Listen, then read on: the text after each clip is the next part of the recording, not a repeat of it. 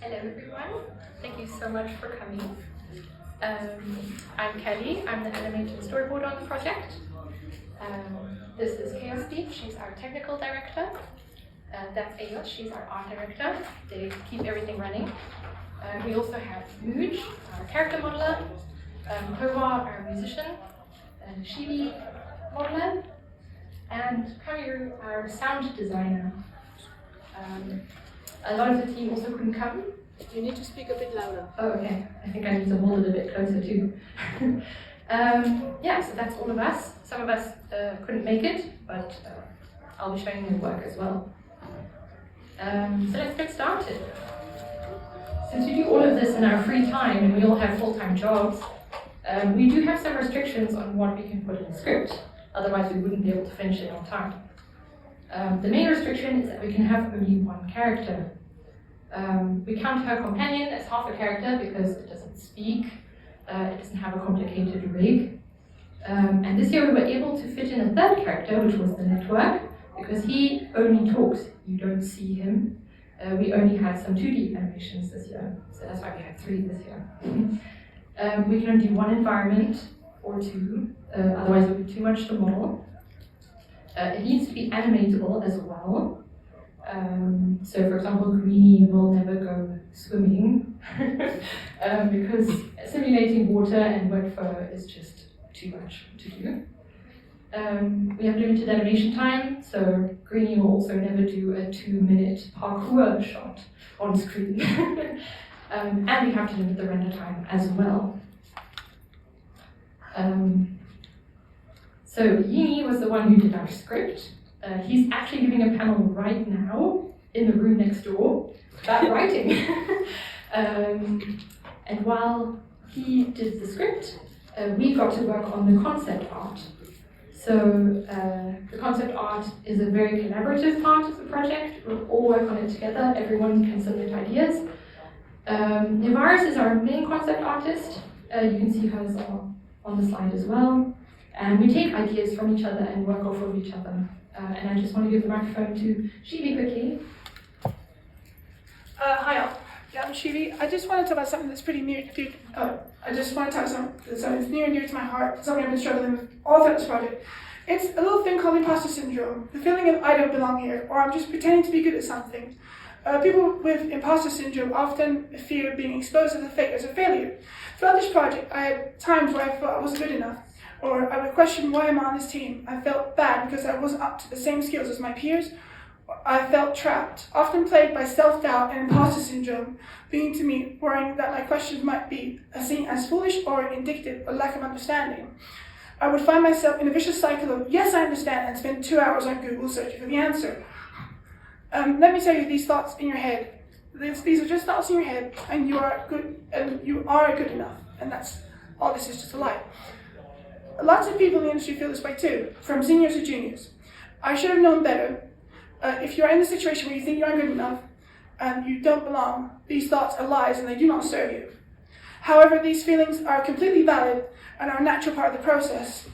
It's just one of those things. Speaking to my team about how I felt, they made me open up and told me no question is a stupid one, even though sometimes it did feel that way. It's better to get it right and hide these questions out of fear and show nothing in our weekly meetings. I found out something very important, that my amazing team have been through the same thing, if not experienced it from time to time. Sorry. A small but a simple revelation helped me realize that I was worth more than I thought. A couple of quotes from people in the team. The art style of the opening is difficult to master. And a quote from Chaos said, working together in the opening teaches us all. It might not be so visible, but Eos and I also stumble and learn stuff from time to time, from each other and through failing. 3D is really hard, and it's really hard stuff. Every single one of these amazing team told me I do belong here, and how willing they are to help is just truly amazing. I'm going to pass the mic back over.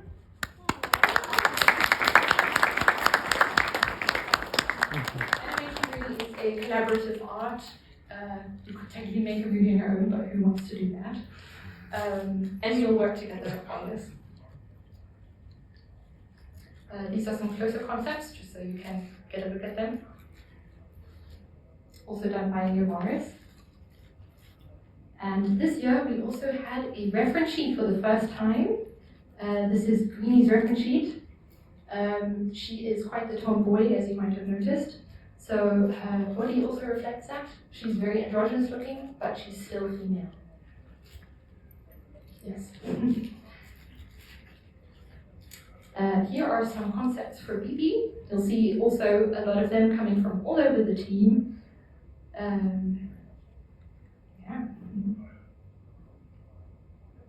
This is the final one that we went with that Nevaris worked out from all of our ideas put together. So after the script is finished, we work on the storyboard. My job was making storyboard and animatic, and it's basically to take the awesome script and make it into something we can actually make. Ironically, this means that Greenie is on the screen as little as possible. I use a lot of tricks that cartoons use as well. So, for example, she does a lot of stuff off screen, so we just hear the noises of what she's doing, or she has her back to us, so when she's talking, you don't see her mouth. And things like that. You can see this is my thumbnailing process, very rough. I'm the only one who needs to be able to read that. While we do the storyboard, we also talk about what the set will look like. These are some very rough sketches that EOS made for us. And you'll see that our set is set up like a stage. You'll see it kind of opens up towards one side, and the camera never shows the open side. You'll see this is kind of what it looks like. On the side I drew a little drawing. The camera is always in that blue area. It always shows the white area. And this show was quite a difficult one to do actually, because there are 5 important elements this year. Last year it was just the cauldron, Greenie, and biscuit. This year we have the Greenie, the console, network, and the door. So I had to set up some rules for that. For example, you'll notice that Greenie is always on the left side and Greenie is always on the right. Here is then nice. And here is what the animatic looks like. This is kind of like a Bible for the rest of our work, and what everyone refers to in terms of timing, what goes in the shot, what happens before and after, and the composition. This is all my voice, with sounds that I got off of YouTube. So, yeah, enjoy. As a major terminal to try to shut down me, network, Lord of Domains, and that is exactly what I'm going to do. What? Ow! How is that even possible? With the power of creativity, anything is possible. Face it! Or should I say, deal with it. Take it away! We also presented these to the staff beforehand. So these are then to say who goes on stage during that time, so everyone's aware what's going to happen. Oh, sick! New combos! I think you're about to lose. Think again. What? Hey, that's cheating! You play dirty. I play to win. Fine. So can I.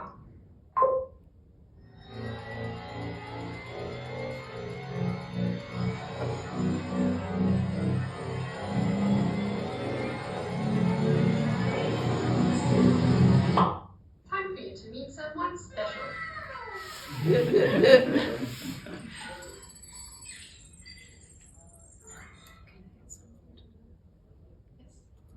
As a major term. Sorry, there Yeah, when we first started, we didn't really have proper, like, this is not the first year we did opening, a few years back, and Kali wasn't on the team. We didn't have a proper animatic or even storyboards. Because of the lack of time. And then you see how much work goes into it, and you might think, oh, why put so much work into it? But this is one of our biggest time savers, because then everybody has something to reference to go back to, like how was it done, how's the timing. Like that is absolutely crucial for your project. Even if you think, oh, this is a lot of work, you could basically do it with stick figures. I mean, her animatics is beautiful. You might not be able to do like that amount of quality, but even if you do stick figures and get your timing right, it's such a great help. Like that is one of our biggest takeaways, that we need an animatic. It's really crucial for that. That's just what I want to add. Planning is half the work. Yeah, so we made our project in Blender. We decided on Blender because it's an open source and free software. So future generations will always be able to open our files and use our assets, everything we made. It will never get lost. EOS actually did a talk at BlenderCon last year about the Eurofurence opening ceremony. Everyone loved it. And this year we had a developer from Blender come to the opening ceremony. You might have heard. So that was really cool. We don't really have time to talk about the environment much, but here are some Easter eggs in case you might have missed them. Stuff from the previous opening shows. We also always rework Greenie every year. This is what a model looks like without clothes. We worked a lot on the hands, especially this year, and her face. And these were the clothes. These were all done by Mooj. She did a great job. And the rig is done by EOS. We especially worked on her face really this year, to try and get her to do more emotions, move her eyebrows and her eyes more. And I think that worked out pretty well. EOS did a great job. Then I'll be passing it on to Chaos. 3D fur. Oh boy. When I joined the opening show, EOS was like, I'd like to have fur on her. And I was like, I somewhat know how to do that. I didn't, but I still did it. That was the pirate show, where I met the first fully furred character I ever did. And really came quite a bit since then. The fur improved every year. And also the fur system changed a lot. If you know Blender, they are working all the time on improving stuff, and the new hair system is very fast, so we could afford a much better haired character this year. It's split into 11 objects to make sure we can turn off some parts if they are not visible in the shot to save on render time. And we also use vertex groups and masking modifiers and lots of extra little details to procedurally sculpt most of the fur, because otherwise it would take way too long. And also improved this year is a new rendering pattern, the blue noise, which made our render times even faster, thanks to Blender development. Now I'm giving back to Kali. Also just want to touch on Phoebe a little bit. She was also one of the models we had to make this year. You'll see she actually has feet on the bottom of her. We thought she would be able to grab stuff with them, but that didn't end up happening. So we never saw them. But they're there and they're rigged, so there you can see them.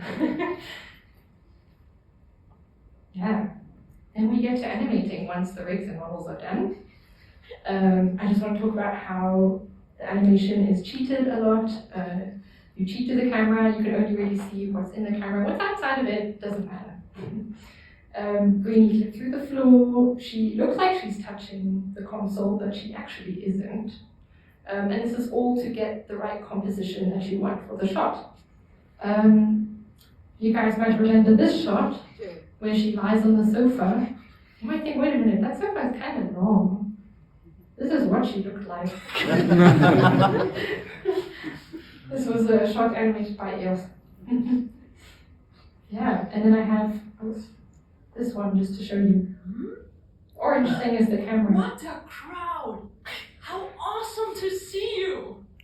You can't take us down, security system. You're only one voice. I am 1,000. Join me, everyone.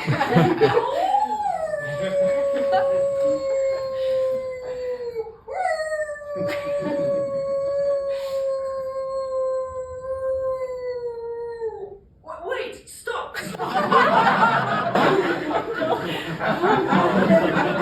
I had to decapitate her because otherwise her head would have been in front of the camera. So, yeah. You want to talk about our cursed content Discord channel? Oh, yeah, we have a Discord channel just for stuff like this that we can laugh about together. Yeah, and then I'll pass it on. This is Malactus's work. He couldn't be here today, but Chaos will say something about what he did. Yeah, Malactus is our, I'd say, noodle wizard. He works mostly on the GeoNode systems and does effects and also programs add-ons for us. This year, the challenge was to animate the network, and to save a lot of time, he used the sound files to drive the animation on the screens for the network. Blender already has a native way to use sound for drivers. Drivers are used to animate things. You can program them a little bit and input stuff and get an animation out of it. And he optimized that, wrote a script that imports it as fast as possible with the least amount of work, and it just worked out perfectly. If we gave him a scene, hey, there is a sound file, he had that scene ready in like a few hours, which was such a time saver. Yeah, here you can see, that's the node tree, which is basically visual programming, which is necessary to just have the animation for networks mouth, I guess.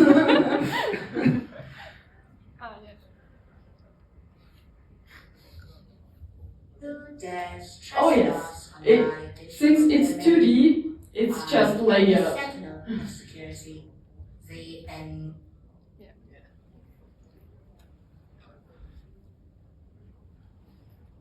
Oh yes, he also did the screen shaders. If you have seen, it was best visible in the 6-to-1 rule, where we had that wonderful shader imitating old TV screen. It's basically processing the picture through, it's imitating a CRT. It's taking the light output from the picture and puts it into RGB, little lights on the screen.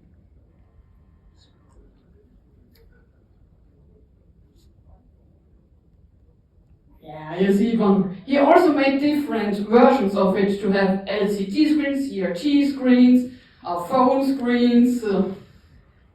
He's just crazy with that stuff.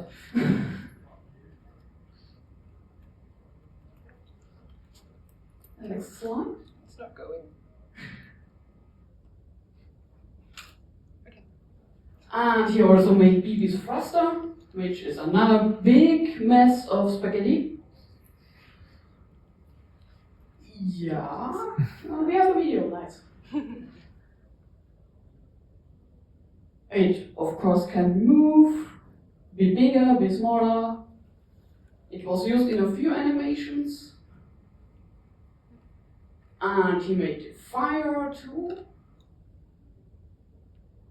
which took some time to dial in because some was very strong, some was not showing up.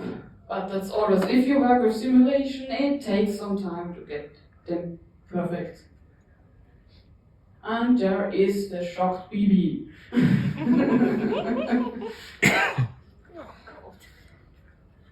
And last but not least, he made a rendering and compositing script for us.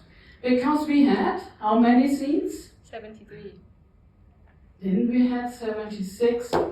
Something about Too that. many! Way too many, yeah. And setting up the rendering for all of those by hand would have taken forever. He made a script that was basically one click, saving us a shit ton of time.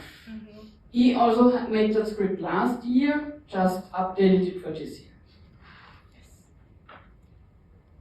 Sound! I know someone Oh god. who can talk about that. Hi, I'm Kami. Has anyone ever done anything with sound? Sound effects? All three of you. Nice! So, basically, Kovar is also here. He's doing the music, and that is one layer of the entire thing. We also have, of course, the voice. We've got, well, let's say 2.5 characters, including Bibi. And we have obviously all this massive wall of sound effects. So I'm looking at almost 450 tracks. Most of them are obviously individual one-shots. But yeah, that was a big scene. So the way I'm thinking about sound mostly is music gives you more like the emotional qualities, and sound design gives you like more the context, if you will. It gives you a room sound, gives you all the impacts, gives the animations weight. So these are basically all the tasks that I was facing. So everything from voiceover direction. I forgot your voice, by the way. So we got 3.5 voices because she did the 6-to-1 rule. And yeah, create ambiences and room tones, which is basically all the noise that appears in a room. Like I've sampled my office's server room for that quite intensively. All the creature sounds, which is basically BB mostly. Then Foley. Foley is basically your own sound effects that you record. Just take a chair, smash it on the carpet, and it makes a sound, it makes a thud. And that's basically what I'm doing. And then you sing everything together, get the music from Kovar, and mix and master everything out. That's what I did over the last 2 months. Okay, so here's a little bit of a breakdown of the first scene, just the first, I think, 30 seconds or something. And I'll try to do like a little bit of an audio commentary. So the first scene just starts with ambiences. And there's the vent sounds, which I made myself using a piece of metal and a bicycle tire.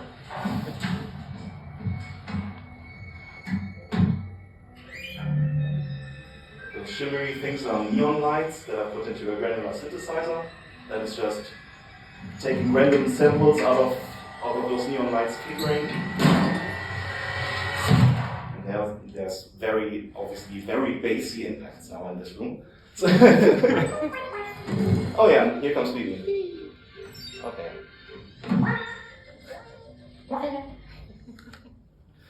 Alright, so what was the next one again? Yeah, okay, so how to antagonize. So Yini did the antagonist voices. He's in some other room here. And yeah, this video basically explains how I did the voice. We went for a somewhat Gladys-y voice for that, tried to replicate this, but slightly more psychotic and slightly more human-ish. Oh yeah, take it away. Who dares trespass on my digital domain? That's a raw recording. I am the sentinel of security. Then you pop it into Melodyne, which is a pitch correction software used for music. I pitch it up. My digital domain. You kind of align it to the scales. Yeah, then I'm pitching up the performance. I am the sentinel of security. Is it more like that high voice? It sounds like The that. It sounds so code stupid. that can't be cracked. Yeah, and then you do all your edits that you want to do, and that's the final I am the product. sentinel of security. I am the network lord of domains, and you shall not pass. And then you do that 20 times. For all the scenes. Okay, and now how to BB. BB was completely synthesized. Last year I did the companion sounds myself, which I'm not replicating right now because my lymph nodes are killing me. But But this time it was synthesized with a tool that I really like called SynPlant. Take it away. So you take any sample, like this cat, which I did, and you drop it into SynPlant. And SynPlant has now in its current version an AI. And that AI gives you synthesizer patches that you then can play and manipulate. This is what the inside of my head sounds like, by the way. Well, yeah, then you can play around with that. And this is how BB came to be. So this is my little happy accident machine. And basically, if you go to the next clip, I made a lot of those. Yeah, this might take a while. But yeah. This is my favorite one, by the way. So these are all individual samples, and these all live in a sample rack. And now to make MIDI say stuff, I just draw in MIDI samples. So that way I can articulate here a little bit. Did I have one more? I don't think so. Oh yeah, this is basically my work environment. So this is a sad bicycle tire, which you can probably not see that well, on a piece of metal shelf, which I did all the crawling and vent sounds for. Whenever BB is being patted on the head, that's my pasta strainer.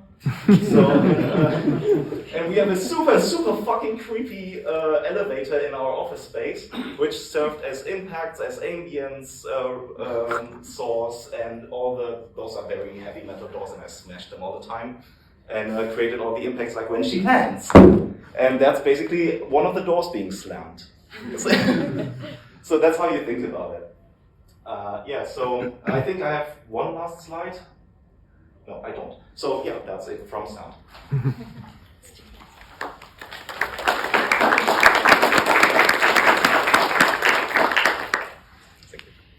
Now let's go to the last process in creating the animation, the post-production, which seems to always change every year.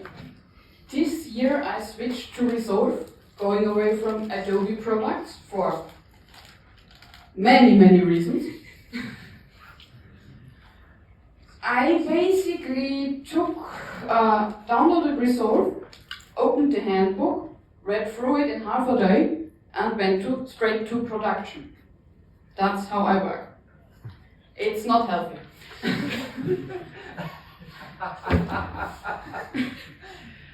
We had 76 individual shots, which had to be kept somewhat readable in the project. You can imagine that project got big. And I also have to add post effects, color grading, and this year temporary denoising. Now we can move to the next. Yeah. Here you can see on the left, it's the raw render. In linear color space, so it's very dark. And after color transform, we get some, it doesn't look that desaturated on that horrible projectors, but it's very desaturated. It's also very noisy, which sadly we can't see. And in the next step, then I denoise it and then I color grade it. So it's 3 steps. We had 1.5 terabytes of render data. Resolve did not like that. That's a lot of data. My PC did not like that. I had to make in-between renders after every step to have some kind of noticeable performance on my PC, which blew up the project to 2 terabytes, because if you render out uncompressed files, because you still need to work with them and not lose quality, you get even bigger files. Yeah, color grading in Resolve is also node-based, which is wonderful if you have some experience with programming or node-based stuff before. Here, back once. Here you can also see all the render passes we did. Render passes are extra data to your render, which you can use in post-production. Because we use temporary denoising, I had all the denoising data in there. Because we add motion blur in post, I have all the motion blur information here. This gives us the necessary flexibility to not have to re-render a scene if something goes wrong. Especially motion blur and stuff like that can go wrong very easily, and I can dial in and make it less noticeable if necessary, or crank it up if one scene has to less. So having this stuff in post-production is much, much more flexible. But it comes with additional data. Also, we use masks, like to some may be known as key, color keys, luma keys. We use the black and white, so we use luma masks, known in our space as a matte. This is basically just a black and white picture with Wolfie, with BB, so I can color grade them individually. You see here the notes, like that's just Wolfie. She gets her special color treatment, you can say. And I had to do that for every shot. Do I have one more slide? No, here are the statistics, which I already talked. 1.5 render data, about 90 seconds per frame, but the simulation shots took about 2 to 3 minutes, but luckily we only had a few with the fire. In Blender it was about 440 hours. With the added render times from Resolve, we come over 500 easily. We had the 2 custom add-ons from Malactus. And she doesn't even have that much hair. This was all cleverly laid out, so she looks like a fully haired character. Because if you look to Pixar or stuff like that, there should be over 1 million. But you don't want to render over 1 million hairsprays. Keep in mind, this is just the render data. Like, this is not our work hours, this is just the render hours. Yeah. We made over 12 minutes of animation this year, which is a lot.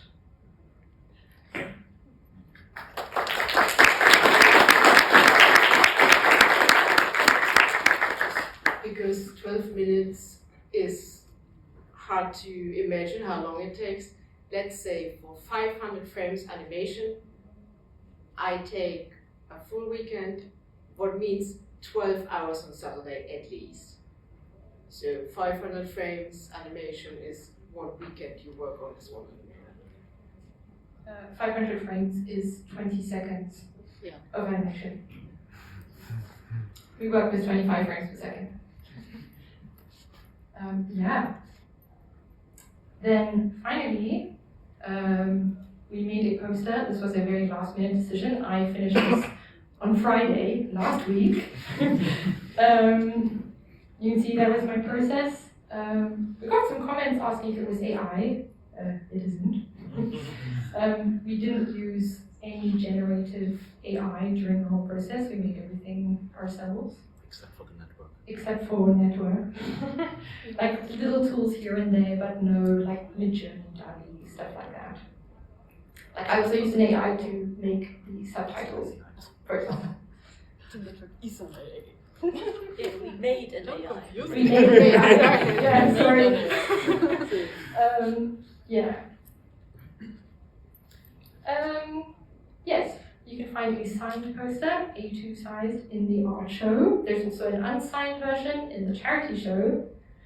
And at my dealer's den table, I have some very limited amount of A3 posters that you can get for 40 euros. There's only 10 of them available. And you can come by and buy one if you would like. Yes. Finally, do you guys have any questions for us?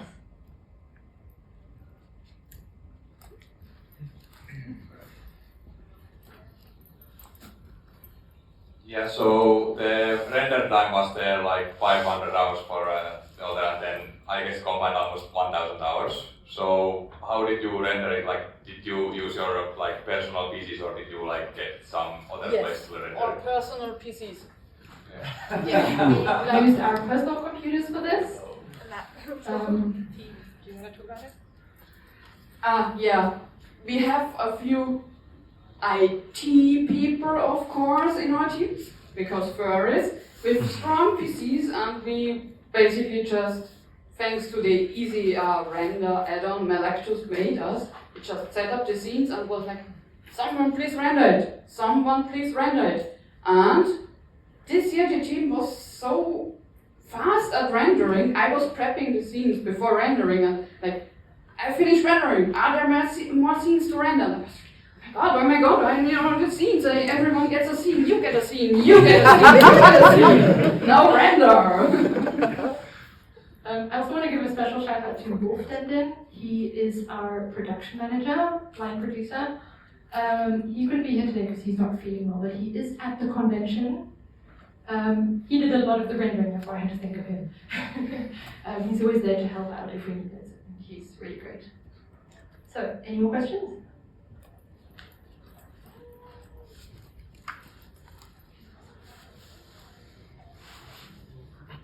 Yeah, so I would be interested in knowing that Blender itself also has a compositor, and you are using Blender in your production pipeline. What was your idea not to use the Blender compositor for post-production?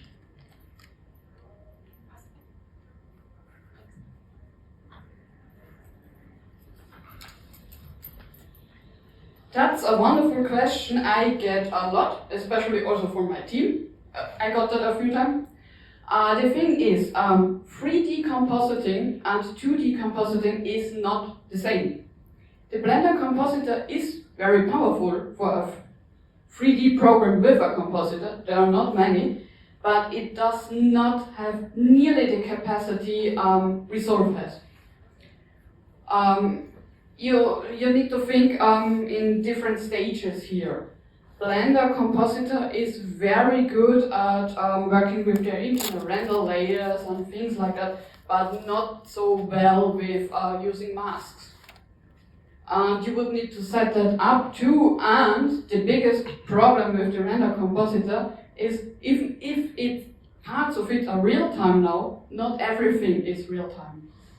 Which means I would go back and re-render the scenes every time to just see what has changed. Especially if you use layers, because the layers are not in real time. Resolve, everything happens in real time. Also, color grading in Blender is not powerful enough for what we do. Who else had a question?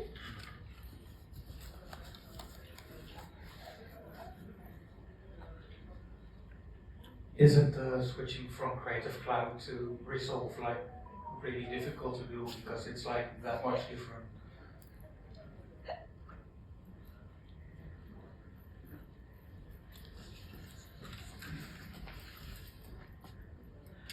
Was it difficult to do? I learned so many programs in my life, I did not think it was difficult. But it might be, especially coming from Adobe, you are not used to node-based stuff, but I'm used to Blender GeoNode, so this was not so hard for me. But if you're just using Adobe product, you might need to schedule more time than half a day to learn it. Anyone else have a question?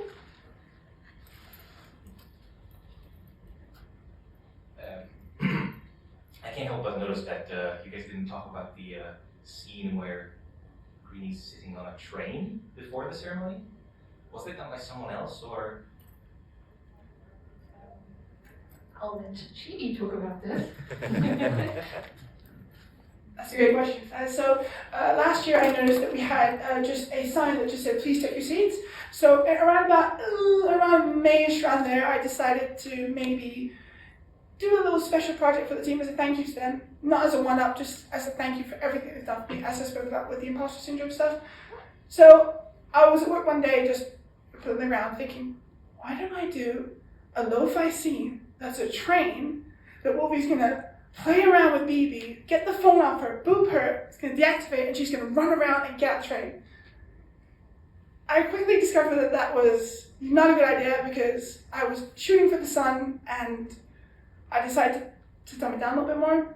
So it was just her sitting in the seat as you saw BB swings around, and then she just kind of sits in the seat and just kind of does the whole thing. Halfway through that I realized, or I was pointed out that I was using an old scene. So Callie came in and basically just reworked the scene, and that's what we got there. So. She was doing this in complete secret, by the way. So that's why when at some point she asked me for help, so that the rest of the team members didn't know. Yeah. Any more? Yeah, about tying the live action part and then this animated parts together. How did you coordinate with the kind of the stage act and then this animated part? How the kind of the whole script came together?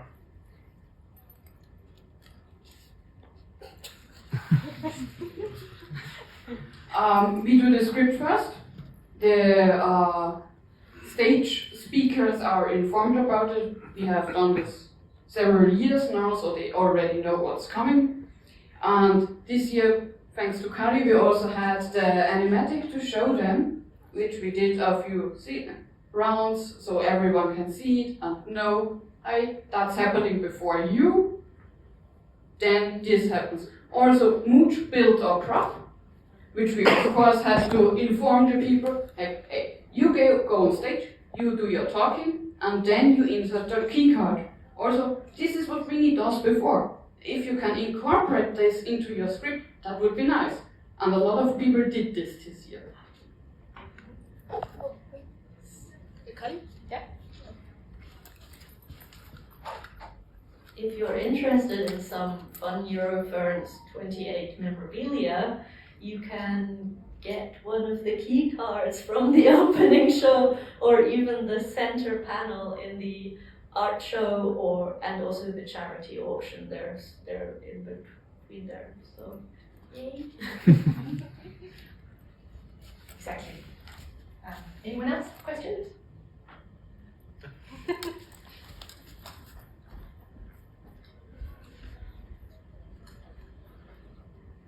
Did you have a backup in case the prop did not or should not work?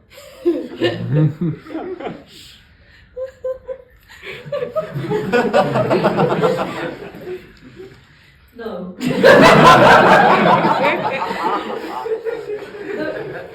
Can I say something about it? Yeah, sure.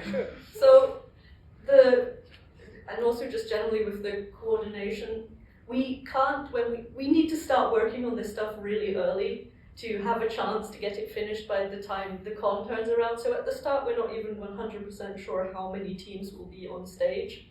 So we need to kind of just guesstimate as to how many things or interactions need to happen. And then with a very low budget, a dream, and in this year's case, a whole lot of duct tape, I made a prop. Then I realized it was way too big, and there was no way it would fit in the car I was taking to Eurofurence. So I took it apart again and made it again. And yeah, when I arrived the first day here, I spent the entire day just sticking it back together again and hoping it was not gonna fall apart on stage. So yeah, it worked. By the way, Mooj was sitting in the audience and she was the one that turned on the lights as well. She had a little remote control. Yeah, I was sitting at the front doing something. I had a tiny remote control with like infrared, like for, I don't know, nothing professional grade. It was the cheapest LED strands that I could find to build into our budget stage party duct tape project. And I was just hoping that the infrared connection would hold from the first row. And it did, so it was fine. It worked actually from the back of the hall, I found out, but I couldn't test that at home, so. And every time someone put something in, I needed to press a button to change the color for a bit, and also make sure I didn't press it at the wrong time. I was very nervous.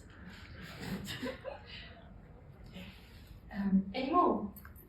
Because if there's none more, then I will give it to Kovar quickly.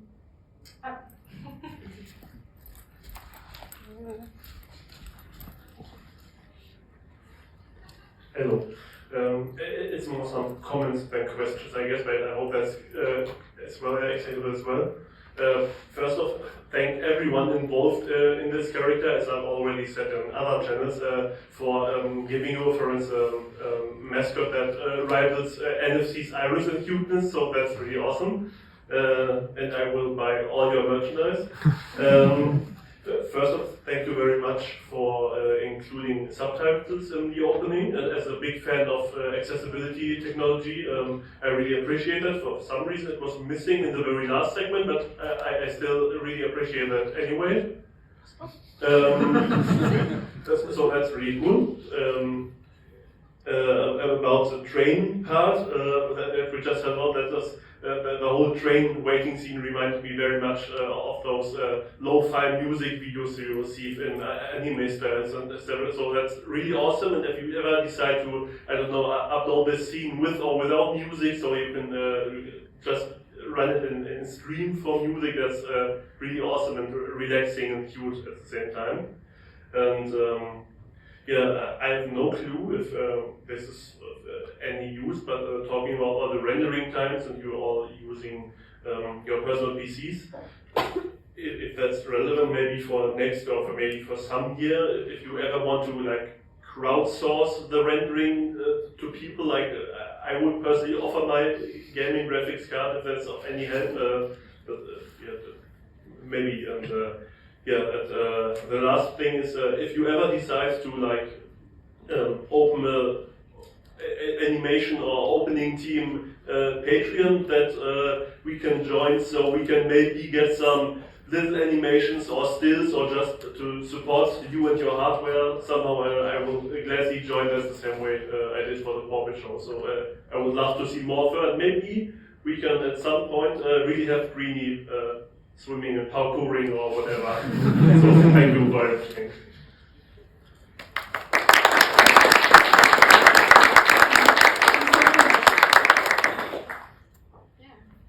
Yes, Kovar. Kovar's our musician. We weren't sure if we'd have enough time, so have we enough time? Okay. Him, yeah, we still have 10 minutes. Oh my god. So I'll let him talk about the music for a little bit, if you guys are up for that. Thank you very much. Yes, as you see, music then comes last.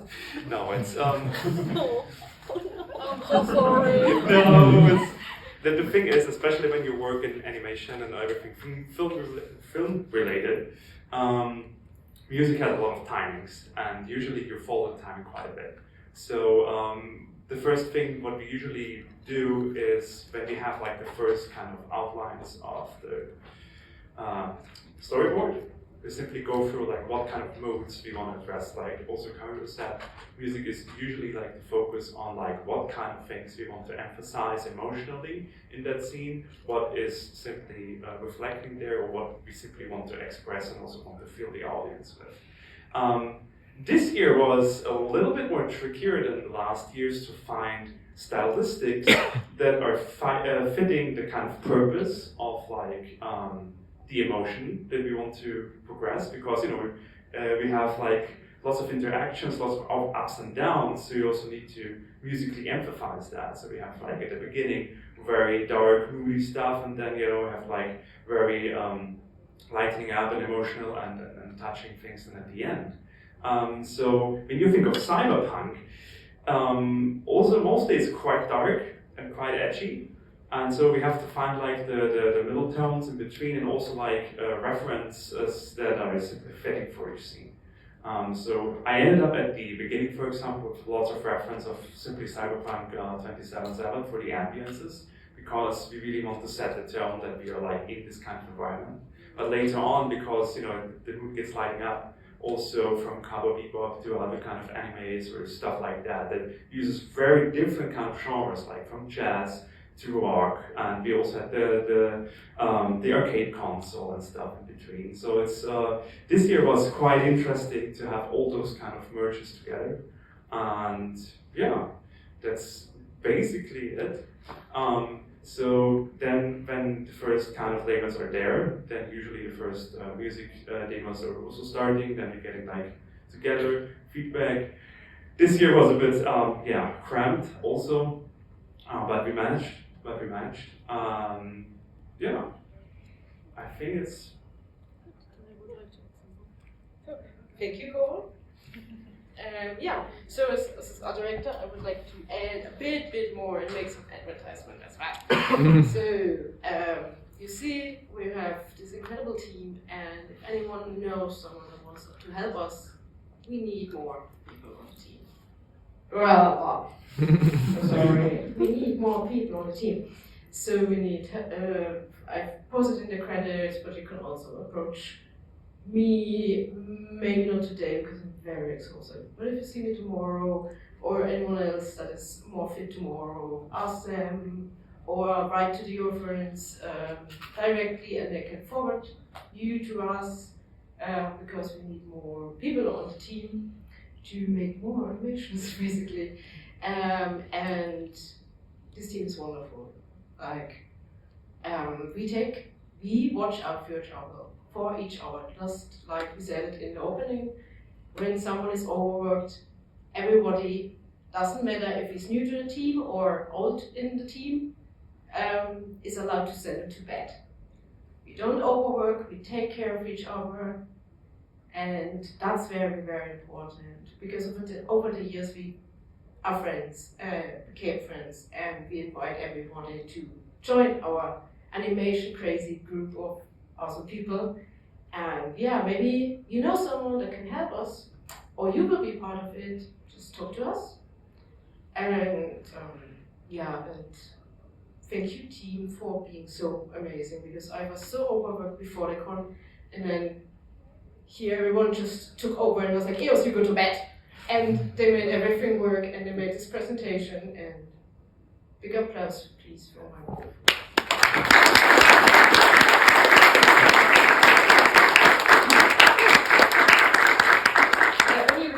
Leading this panel is because Chaos and Eos were too busy doing other things. So they are really the glue that keeps the team together and they keep everything running. So.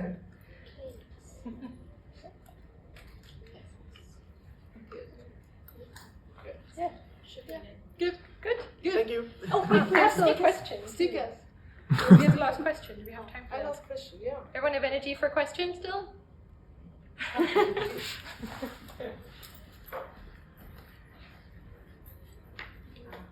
Just a short question. I'm curious to hear, where did the phrase Lord of Domains come from? I have no clue. Lord of Domains. Wait. Lord of Domains. It's a Baldur's Gate. It's a Baldur's Gate reference. Okay, Baldur's Gate reference.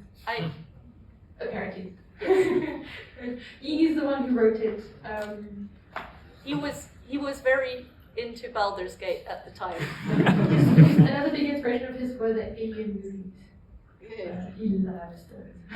There's one more question behind you. Yes. Question to Kovar. Who made the 8-bit version of All Cats Are Beautiful? Is this track available somewhere? Oh, it's coming. Yeah, that was me. We needed something for the loop, and I just did it. It is not available anywhere. I can put it on. I mean, ask Fox and Whispers maybe first, but yeah, I did. But only they're very cool with fan base to remixes or something. It was just we were having a laugh back. Everyone who knew the track. Yeah, the second time around the arcade was playing, it was Skies of a Star. Yes. Nice. We were talking about uploading everything to YouTube, but not anytime soon. We need a little break now. And we're too busy before the con to do it, but at some point we might be uploading some things to YouTube. So, keep an eye out for that. And finally, I also have some stickers for you guys. You can come get them at the front. And one other thing, There is also another piece of green merch that you can get. It's also in the art show. It's a piece that I made with the 3 greenies together. And it's also available in the art show. There's only one print. It's a 1 of 1, nicely framed. I don't have a picture of it here, but you'll probably find it. You might have also noticed we're all walking around with these keycard things. Each one of us in the team has one. But I have also made smaller versions of these with the Eurofurence logo in neon acrylics that they cost 10 euros. The price is split between our team and the costs we have for various things. A third goes to the team, a third goes to me, and a third goes to the charity that we are supporting this year. So if you're interested in those, after this I'm going to the Artist Alley, because I don't think we're allowed to stay in here, right? We need to. No, we need to go. Yeah, okay. Otherwise I'd do it here, but I'll go to the Artist Alley if you're interested in them. They're cool. Yeah, and that's it. Thank you.